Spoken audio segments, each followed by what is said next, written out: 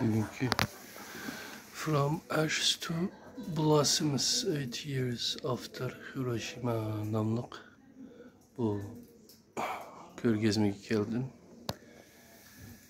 Ama pəstə buldukən, pəstə bir küçük bir yer varken şeyde bir 6-7 adam tanışıyorduk. Bu kiriş qevetdə benim şunda Japonca kişimler, Japon kişi, erlerinin kişimleri bu. Bunlar görgezme kılınırken, bunda sanat buyumları işlep setildikken, bu aşı Hiroşima'da atom bombası ölüp ketken kişilerin küllerde aralaştırıp yasalgan lonqulak elme istakanlarken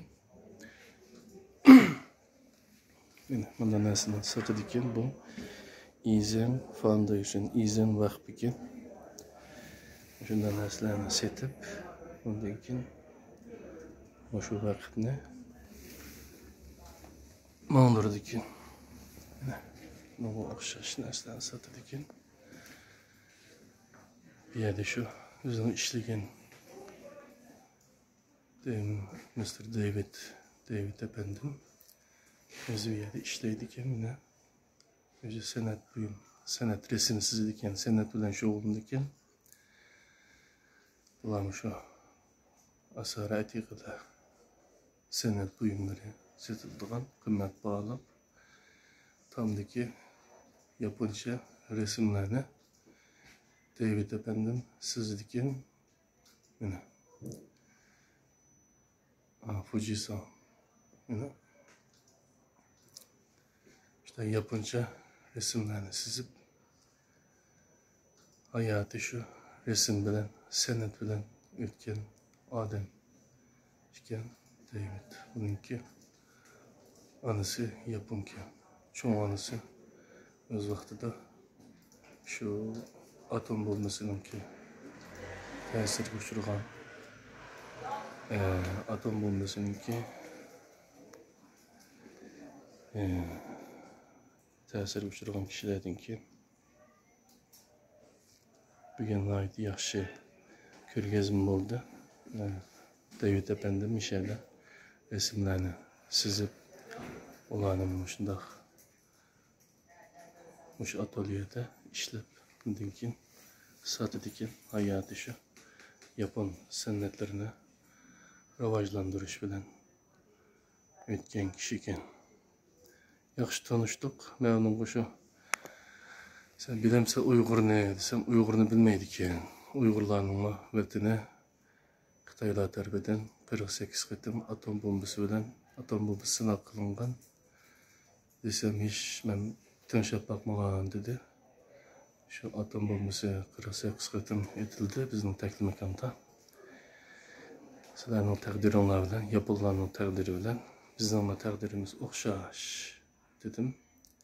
Belki kim birlikte bazı konferanslar, projelerini birlikte kılışımız mümkün dedim. Hatta Aziz İsa Alkin akımız tercüme kılan Uygur şiiri degan kitapını gösterdim. Ben sana kilagetim kelsem o kitabını soğuk kılma dedim. O kitabını gösterdim. Bu Aziz İsa Alkin akım bana bergen kitap. Şuna sana bilemeyim ama kilagetim birmen bir tal sana ağaç gelmen dedim. İnşallah. The next time it will be September 7. It's the event. Event here, huh? In the area. In this area. Okay. 9'dan 7. günü şu faaliyet oldukken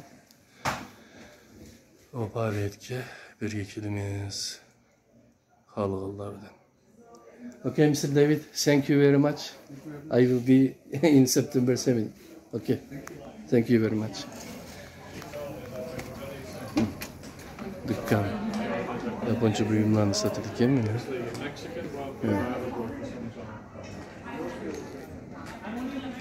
Bu etrafta başka dükkanlar bakin. Şu binada icadiyet kılıp Michel'de iş kılmandaydı.